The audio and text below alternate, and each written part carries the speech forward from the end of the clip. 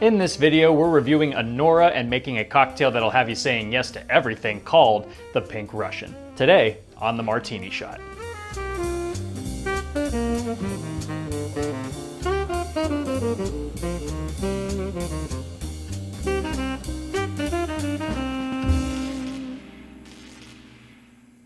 Hello and welcome to the Martini Shot, the home of movie reviews and movie-themed cocktails. Before we get into the review, let's whip ourselves up a drink. So as the name might imply, this is a bit of a riff on a White Russian. The main difference is that we're going to be using a strawberry cream instead of regular cream, and instead of the Kahlua coffee liqueur, we're instead going to be using a little bit of amaretto and a little bit of creme de cacao. So this is actually a very easy drink to make. You can go ahead and build it in the glass. I'm going to be using a rocks glass filled with ice.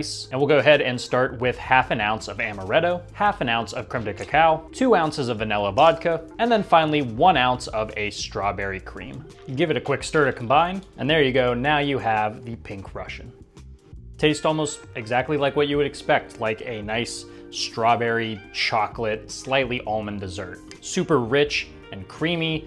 But the alcohol definitely has a punch. The vodka definitely comes through pretty hard, but because we're using vanilla vodka, I think it's a lot more palatable, a lot more of an enjoyable alcohol aftertaste. Hard to really think of anything else to say. It's not a very surprising cocktail. It's pretty straightforward in its flavor components, but because of that, it's definitely a crowd pleaser. Perfect for the upcoming winter months. Very simple to build, a perfect after dinner drink, a perfect after wedding drink, and even if you come to regret that wedding later, you won't come to regret this. Now that we have our drink, let's get right into the review.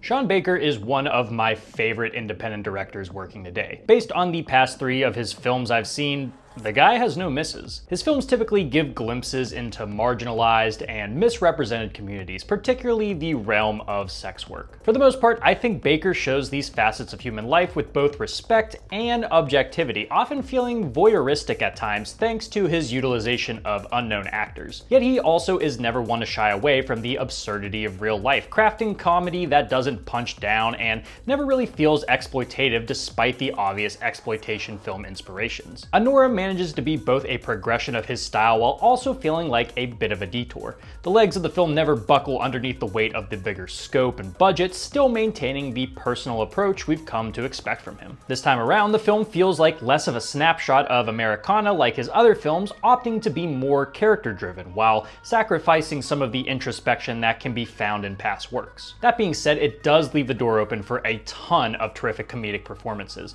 not only making this his funniest film, but also potentially the funniest film of the year. Anora follows the titular exotic dancer who gets involved with a young, immature man flaunting a ton of money. As their relationship develops, she learns he is the son of a wealthy Russian oligarch that has supplied him with a small fortune to study in America. But all he really wants to do is play video games, smoke weed, and hit up strip clubs. The money and status attracts Annie into pursuing a romantic relationship with him, eventually marrying the kid in Vegas. But of course, his family disapproves and their relationship begins to unravel as associates of the parents try to do everything in their power to break them up. You may recognize Mikey Madison from smaller roles in Once Upon a Time in Hollywood and Scream 5, bit roles that nonetheless showed the potential she possesses as an actor. Anora finally gives her a leading opportunity to prove her stuff, and she does not disappoint. The Brooklyn babe who prefers to go by Annie is fierce, funny, and hard to pin down, with her motives never really becoming the clearest, even to her. Yet you can see what drives her. She's looking to break free from her dead-end gig as a nudie dancer,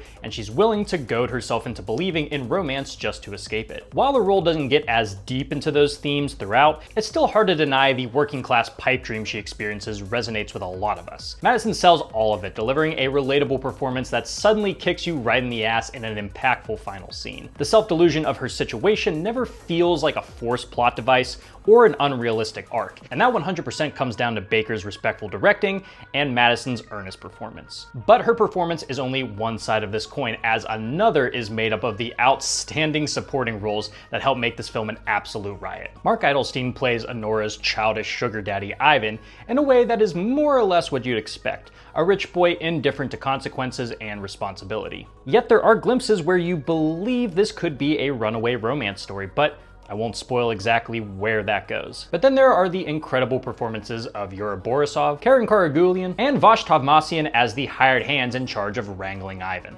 holy hell, once these three enter the film, it all flies completely off the rails in the best way possible. Each brings something different to the table, with Borisov's quiet confusion, Karagulian's explosive outbursts, and Tavmassian's perked up sheepishness. These three are an absolute blast that dominate the middle of this film, completely flipping my expectations and sending the film into high gear. You may think you know how this film will play out based on synopsises or trailers, and maybe I'm just dumb, but this surprised the hell out of me in the most welcome way possible. The first act feels like a budding romance film, with two characters attracted to one another for their services and money respectfully. A potential genuine love begins to blossom, and the two learn that they'll have to fight for their right to be together against powerful forces looking to control their lives. But then the film just says "fuck that" and turns it into a high-octane screwball comedy, complete with slapstick and a metric ton of swearing. I was genuinely caught off guard by how funny this film was. I know Baker has comedic talents evident by his previous film Red Rocket,